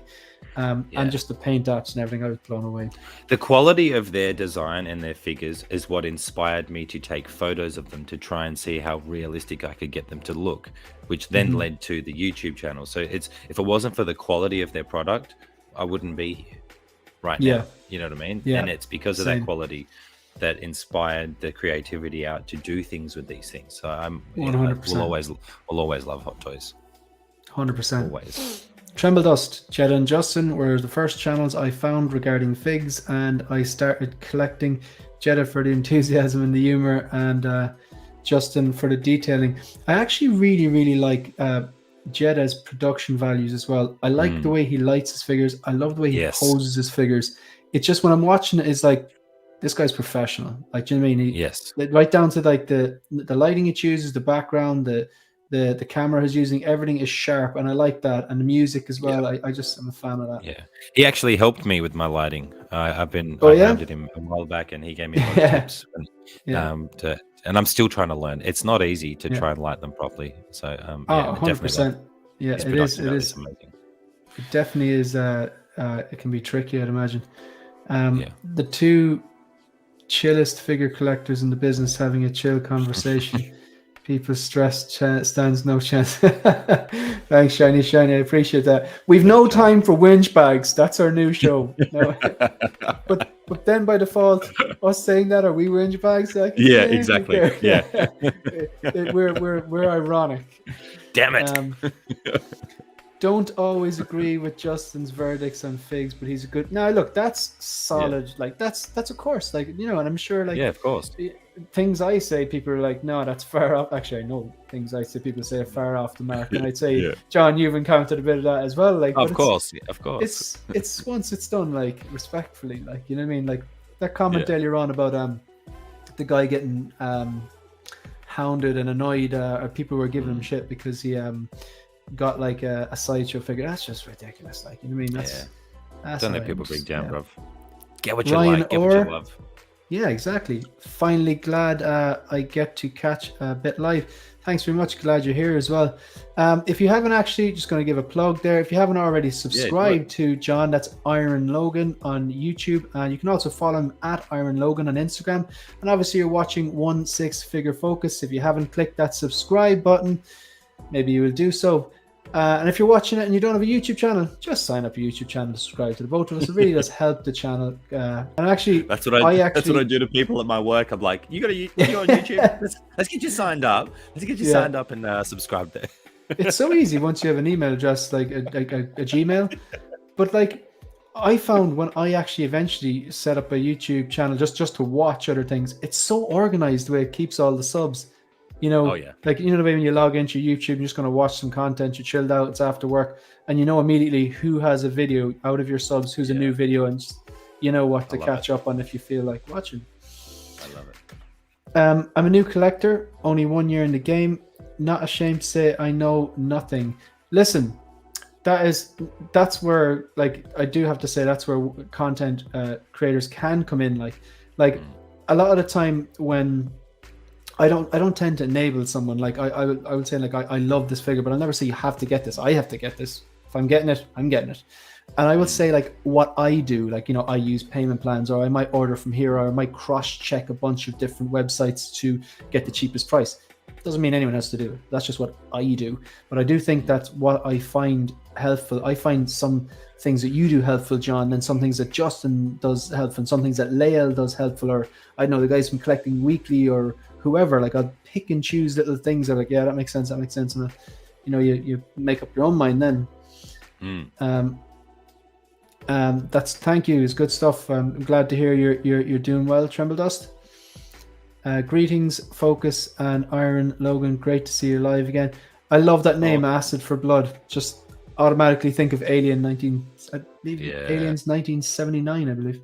I actually also just thought of Acid Bath, the workout, which is also something that's just deep in my. That sounds horrible. It's terrible.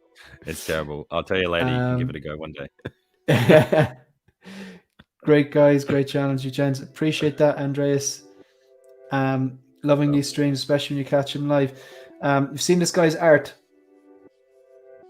Yes. Renz. Yeah, Renz is a baller. Yeah, he's absolute baller. If anyone in the chat hasn't followed Renz Tolentino, so it's up on the screen there. Renz Tolentino on Instagram. Check him out. He's a fantastic artist. Nightmare Batman you just did was epic. I must check that out. I love when I interrupt people with that. So I believe this is number 4, but you're bulletproof. So, all right. I want you to air your dirty laundry. What's on your pre-order list? What have you clicked the button for? Is this a long list now? Is it a short list? Is it you don't want your wife watching this? Like, you know, or you can lie to me. No, she's good. I couldn't do it without her. If you're watching, honey. Now, my pre-order list. So I mentioned I've got the Sam Wilson Captain America. That's already paid off. I did a payment plan on that one. The Chrome Mando, that's paid off. I've now got the Mark 50 on a payment plan now to come in. And that is it in regards to that. I've pre-ordered all the, so the Spider-Man from No Way Home. I pre-ordered all those because that's just, I know I'm getting them. So, you know, why bother waiting? That's it, I think. I had the Batman and Superman, but now I've got to figure out another way to get that. Yeah, is there anything else? I haven't pre-ordered, so there's things I'm going to get, right? So I'm kind of strange, Shane, how I do it. There's things I'll pre-order instantly if I definitely know I'm getting it, but there's also things I know I'm going to get that I don't pre-order that I'm just going to get, because I'll sometimes just buy things straight out when they come out. I'm kind of unorganized like that, if that makes sense. I'll just, if I think about it and I'm there, and I'll pre-order it, and if I don't give a shit. I'll just buy it when it comes out. That's just kind of, I just, you know, I'm the person who looks at life as, I will make more money, I will find a way. I don't go worrying about the rest. I'm just, yeah, I'm just like, I'll deal with it. I'll figure it out. I call that not buying with your wallet, buying with your heart. Yeah. I'll look, exactly, yeah. To get this other Mark 85 right, I just, so I decided, right, I've sold the first things I've ever sold. I've never sold anything, but recently I decided, you know what, the collection's going to go in this direction where I'm going to be more true to collecting what I really love and not collect what I don't want. So I sold my Sideshow Deadpool. I sold a Transformer that I've got that someone's coming to pick up today.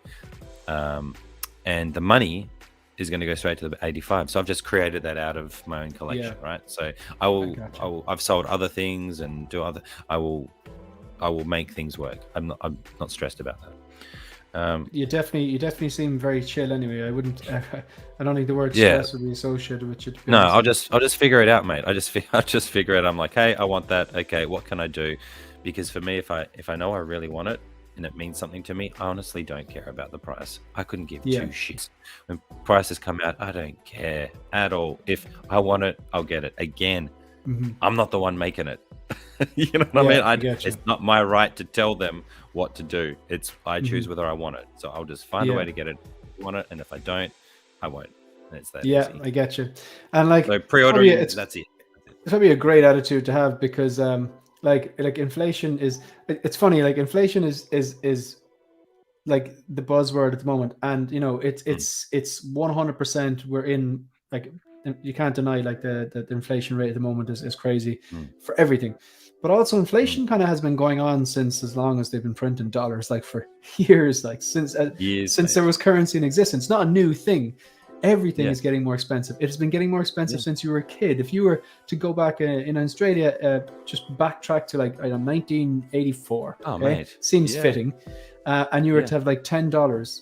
Like, it's going to go a lot further than it is now. Like, it was not inflation. My didn't wife's pop up in the last 2 parents, years. mate. My wife's parents bought a house for $50,000. Ours was $385,000. The That's difference crazy. there is astronomical in one generation. Yeah. Right? People still go buy houses. They still find a way to do it. It's crazy. Yeah. So this is a luxury thing. If I can't get it, I can't get it. I'll wait. Like, I want the Iron Man Mark V right now. I have to wait. I have to be patient, and that's just something I have to do. Like, I've got to. I can't get it from Sideshow now. I've got to figure out another way. The other one I wanted is out of stock, so I'm like, all right, I just got to wait. If you do end up getting it from T-Dubs, like, the thing about that is, like, if they take the batteries out, which you said they would, or they're going to, because they want to survive. And when they, like, if that goes bargain bin, you might get it for like, $50 off, $100 off. You never know. Yeah, like that's the risk I'll take, right? That's the risk. I'm taking the risk that I am pretty lucky that I love Iron Man, because they make a lot of them, and I'm okay like that. So yeah, like, that's all my pre-orders pretty much anyway. But that's kind of how I look at collecting. If I might decide, like, I just decided the other day that I want another 85. That wasn't on my list, but I had a vision for what I want to do, and I'm like, I can make content with this. It's going to look great in the display. This is what I want to do with it. That's enough for me to want to get it. Yeah, that makes sense. The there's 3 series of live stream I'm doing. So one is Visions. The second one is No Loyalty, which I played the intro to earlier on. The third one is just called The Focus. So whenever I randomly go on. But I might actually do during the week, just do an episode of The Focus about my my pre-orders. Just like literally air my dirty laundry and go through. I have this on order through payment plan with this company. I have this on order. I've paid it off through this company. I think I have about 11, and every single one of those were ones that I pre-ordered before I essentially stopped pre-ordering, bar 2, because I know you're going to call me on this, John. I'll explain myself. Okay. One of them was like, I was like, right, if I don't pre-order anything and I just wait, and a bunch of these things come out at the same time, and it's 2 or 3 things come out that are quite expensive, then I could end up getting stung, and I still want to take advantage of the payment plan. Whereas in the past, something would release, I'd, maybe not dopo it, but order it quickly and put on a payment plan, have it paid off after 6 months, and then wait around for 12 months to 18 months for it. I'm like, okay, I flipped the script on that. I'll pre-order stuff, 6 months out for its anticipated release, and you can still use your payment plan. You know what I mean? Yep. But the Batman and Bat Signal from the new Robert Pattinson Batman movie, like that's going to happen. And I was like, what? T-Dubs had it for like $4.15 or something like that, which I think is about like $80 cheaper than Sideshow, and it's the most expensive piece that on my wish list, say. So I pre-ordered that because it's an expensive piece, and I wanted to have it well paid off before it was due to release. And then there's one other one, but it's actually an in-stock item. It's not really a pre-order. It's the Assault Tank Commander. And usually my strategy with Troopers is wait until Toys Wonderland drops them down, then snag them up, and it's worked out. But the day they dropped it down to like $140 or something, and it was shortly after its release. And I had points as well, and all in customs, everything. I think I was talking about getting it to Ireland for like $180, which is ridiculous. And I didn't pull the trigger because I'm a moron. So thankfully, Sideshow had a 15% off Star Wars thing, and I didn't get it I didn't do it as well as I would have if I went with Toys Wonderland, but it's so out of the pre-orders, they're all ones that I've kind of pre-ordered before I stopped pre-ordering, if that makes sense, like apart from those two. But see, I will still pre-order, right, if it's something I know I want, because if I can put it on a payment plan and have it coming out monthly. So like right now, right, the Batman came out, the Mark V's out, the comic Iron Man's out. They're all ones that I want. If I didn't pre-order and pay off things ahead of time, I'd come into here not having enough money. To get all three, right? So this is where people need to just use their own judgment. What's your budget like? What do you really want, and what are you willing to do to plan ahead? Because if you don't want to pre-order anything and 3 things come out at once that you want, you might miss out on something, or you are going to miss out on something. Or whatever could happen. So I just think people just need to do their research and make that decision themselves. 100%. I think like the way I'm going to go with it is the things that like I think, right, I really want that, and I might worry it might actually, I know nothing really goes to waitlist before it. I think Heavy Mando was the only figure to go to waitlist to before it actually was released. Well, I know what the last one it did was Heavy Mando, but that was only with one company. But I think for the bigger pieces, I am still going to go payment plan, or pieces that I'm 100% not going to change my mind. That I rarely change my mind on things. I kind of know what I like, you know what I mean? So yeah, exactly.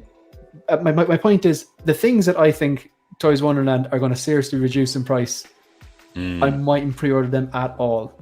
You know what I mean? And just wait for them. But maybe the other pieces that I'm like, okay, these are quite expensive, and I might need to start chipping away at that. But But so what I've shared here on the screen, folks, just a shameless plug. Out of the total watch time on this is actually quite old, because I think since I started doing live streams, the total watch time is closer to like 2,300 hours, which I'm delighted with. Nice. But about a third of those watch hours come with people who are subscribed, which I greatly appreciate. And then there's 2/3 of my watch time comes from people who aren't subscribed. It must be the accent or the things I say. But if you are watching and you're not subscribed, please click that subscribe button and do the same to Iron Logan. I won't be offended if everyone leaves the stream temporarily, goes over to his YouTube channel, clicks that subscribe button if you haven't already done so, and then come back here. Thank you. That's a message from 16Figure Focus. So this brings us to the future. Make it a little ad the trickiest one. Pardon? Yes. I was going to say that should be a little ad that pops in every now and then. So it's like a focusing, you hit it and boom, little ad comes up. So this brings us to the future. So this is like often the trickiest one, but the most interesting one. You're what I consider, like, I'm big into sustainability. If I like something, I automatically go, I'm really passionate about this. I want to do this for as long as I physically can.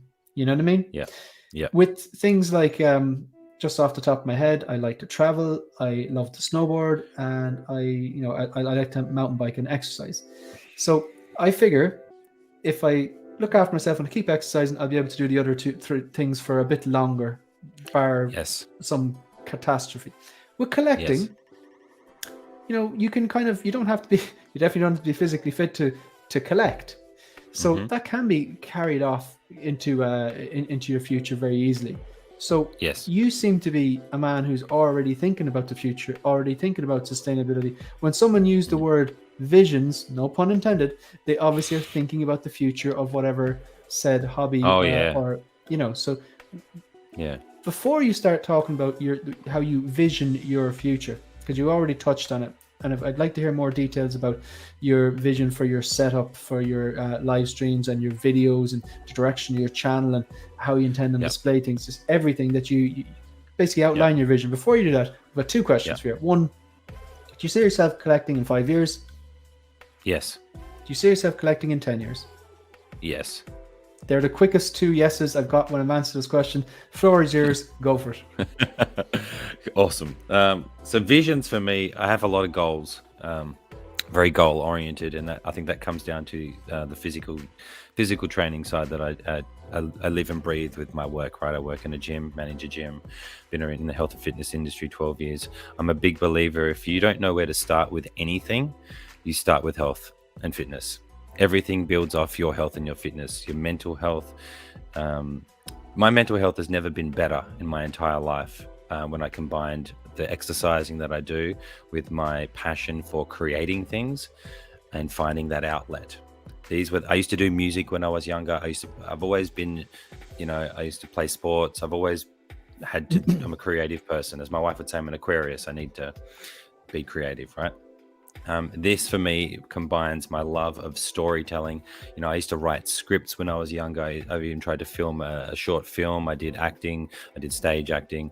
I love behind the scenes of films. I go in depth on the stories and all that stuff. And I even got to be an extra in a film that's going to be on Netflix soon, which was awesome. Oh, cool. I've met a few actors. I need to know the name of that. If you want to tell me after, I'll tell you. I want to see that. I want to point out. There's John.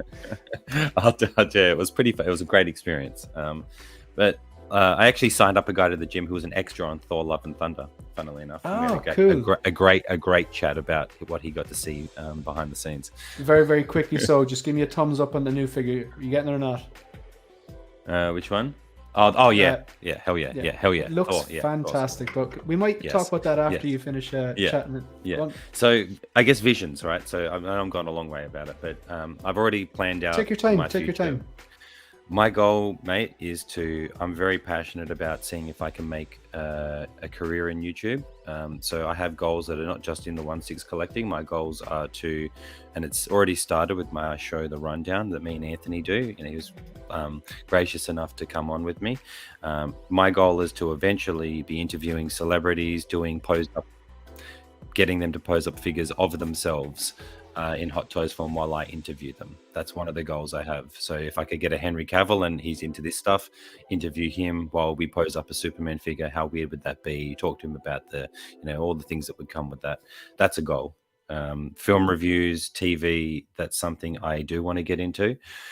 So that's a goal. But for the collection, as part of the channel, is I want to continue to make showcases, displaying, giving people ideas on how they can display their figures. Because for me, it's all about, if you get a figure and you don't do anything with it and it just sits there, it's where you hear a lot of people lose interest and they sell their figures because they get bored of it, right? I don't see myself ever getting bored with my collection because there's just too many possibilities that I see. Yeah. I see just so many possibilities, mate, of the things I can do with them, the stories I can tell. Like I'm starting to plan a showcase with this guy, and whilst I want to be very careful to not damage the figure, then the thoughts are, how do I display it in a way that doesn't damage the figure, that can show people that look how epic this can look with a bit of lighting in your display, to give you the full enjoyment of it, to recreate those memories that you get from the film and the story that is the reason why you bought it in the first place, right? We're not buying these if we don't enjoy the film or the characters, I would imagine. At least I don't. That's why I have so many of the same character. I love the character. I want to build a shrine to that character and be able to see them in many different ways rather than just one way. I want to see them in multiple ways all the time. So that's like with the 85 battle damage, he's going to be doing the snap. I'm going to have an 85 on this side clean, coming in. I'm going to have an 85 on the other side doing something else. And when I look at that and I see that visually, I see those three, the V vision of, the suit. I'm going to have like the Mark 50 behind it and go back on the marks and have this massive display celebrating the character that got me, that means a lot to me. So that's one of the visions for the display, is how I can appreciate it, but how I can show other people how to appreciate it, how I can make stories, tell stories.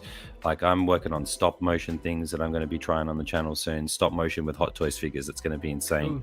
I'm working on little movies. I'm working on a Deadpool kills my collection while I have him fight every figure in my collection. And it'll be a series of videos, battles with Deadpool against everybody. Like there's things my problem is I don't have enough time. I have so many things I want to do, so many creative things that this stuff allows me to do.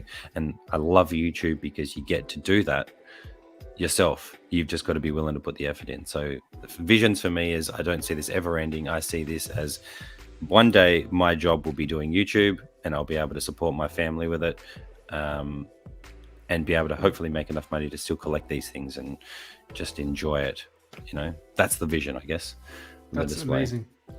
And you're already like kind of in a way, like you're already like well on your way, because I believe like around the time when I first came on your show for posing, and you had hit 1,000 subs, but you hadn't hit the watch hours yet. But now you've hit the watch hours and you're monetized, and so like Yeah. people can give you super chats and all that kind of stuff. Like that just Yeah. blows my mind. Like we spoke earlier Yeah. about the generosity of Oliver Yeah. Pilgrim, and I'm not talking that's like a once in a blue moon type of thing. Like, and obviously I was very Yeah. generous. Like, but I'm talking about the regular, like just like some people giving like $5, $10 and stuff like that. Like Yeah. to people just passionately talking about what they love. I think that's amazing. Like, Yeah. I mean, that's it's hard to accept it. It really is. It's hard to accept it. I struggle with it.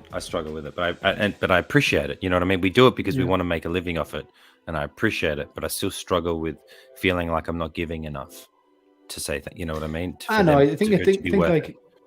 yeah, I've made super chats before, and it's like it's kind of like it's in a way it's like it's like almost it's like tipping really, like you're at a restaurant and the waiter or the waitress or the restaurant staff in general do a good job and you tip. It's just like, no, that's like they went the extra mile. Like, so obviously, like, Yeah. and I even as a content creator, like looking at your posing videos, like they take time. They take time. And like when I see something like that, then like you remember that when I see a live stream, it might be like here's it's just like $2 or $5, whatever. It's I think people definitely want to give, and it is. I appreciate it, man. And look, like, I treat it professionally. Like I'm up from 4:30 a.m. to 5 a.m. every day, 7 days a week to get my YouTube in. Without I do not take a day off. Every single day, I am up at 5 a.m. because I have a vision. I want to make it come true. You're definitely in the right show, man. yeah. But I'll just address some of these chats here. So thanks for sharing the vision for your future. You seem to like I like when someone has a clear idea of where it's going, or not just like sometimes winging it can be fun, but I think with collecting in terms of like finances, in terms of space, in terms of displaying, you do have to some sort of an idea if you want to stay in the game, like, and doing your own research, like you said. So true, Logan. Fitness is so important. That would be cool. Celeb posting. I agree. About 4 years ago, got the big C. Sorry to hear that, Maverick Collector. Sorry, Maverick. So hopefully all's well now. Collecting got me through the treatment. I then got a time travel novel published. Oh, wow. So cool, with my own money, and I've made off, and it's funding figures. What is that the is name? amazing. Post the name of the novel, the man, name. because that'd be cool. Righty, what is the story? I had to catch my weekly dose of visions. Thanks very much. I was listening to you earlier on, you and KG, and oh my god, like is it Nick? I can't remember the guy's name. I hope it's Nick. I think it today, is. Yeah, talking about Cad Bane and the new Thor drop. It looks shiny. Looking forward to Deadpool kills. Yeah, the comic run was very good. Congrats to Maverick. Not about the sea, obviously. Yeah, I definitely. So thanks, Trem. So yeah, man, post the name of that novel. All right, so yeah, 1 second now. Okay. Oh yeah. This number 5. Okay, all right. This is number 5. Yeah. Okay. This is number 5. Yeah. Okay. So this is the one that like I finish all the shows with. So yeah. Touch wood, this will never happen. It's just a hypothetical. It's a little bit dark. So your house is on fire, and your family are safe. Okay, good. You have time to grab 3 1/6 scale figures, not quarter scale, no statues. They have to be 3 1/6 scale figures. You can't grab 4. 2 packs count as 2. Which 3? What are your 3 fire figures? You're a terrible person. I am a terrible person. Give me choose from between my babies. 85 battle damaged. Because just everything that represents to me, not just from the film, but just everything. That's another thing for me. It's what the character represents, or what feeling it brings back. So that figure, whilst I'll probably never change the pose, would be that. Sorry, I lost you there. You lagged a little bit there. What was that? You said the figure represents to me. Yeah. So it's just the 85 battle damage, just because of what it represents to me. So that'd definitely be one. BVS Batman would be number 2. That is still to this day. I don't know if you've ever been interested in that figure, but that figure is unbelievable. You know what's funny? Both Dan and Dre said BVS Batman. Both of them. Mate. Yeah. It's design. It articulates so well. I've got a custom wide cape, obviously, with it. I did a beef mod to beef him up, just by putting some stuff down into the chest, which brings the chest up so the cowl sits nicely. So there's not like a gap between the cowl. I got that off Dean Knight. That figure is, I love this, but that BVS Batman is a presence. He is so muscular with the right lighting. Oh my God, he just looks, not to mention all the accessories. So probably that one. Oh, third one. You're killing me, bro. Jesus. Funny. That's a tough one. I guess a endgame. Oh no, I don't want to say another Iron Man. If I had to pick either red upgraded suit Spidey, because I just love that figure, or my Durasteel Mando. Yeah, I guess Durasteel Mando, because I love me some Mando. Yeah, I've got the. Yeah, you'd love that pose. You probably can't see it as well from there, but let's see if I can go full screen here. It probably doesn't do it justice there, but I must send you on a photo. I think you'd like that one. Please. That pose. But love me some Mando. I have the Durasteel there on the top left as well. Nice. Yeah, it's just like they're sometimes like this is the thing. I just won't sell them because. You could sell one and have one representation of Mando, but then I know that when I go back, and I will go back and watch Mandalorian from the start, that opening scene when he's walking, I look at that Durasteel steel version and go, "Oh, I'm a moron." Like, you know what I mean? But it's and so I like a lot of people were selling this one. Then I got the the Beskar Deluxe with the hover pram and Grogu, and then like because of the new one coming out, like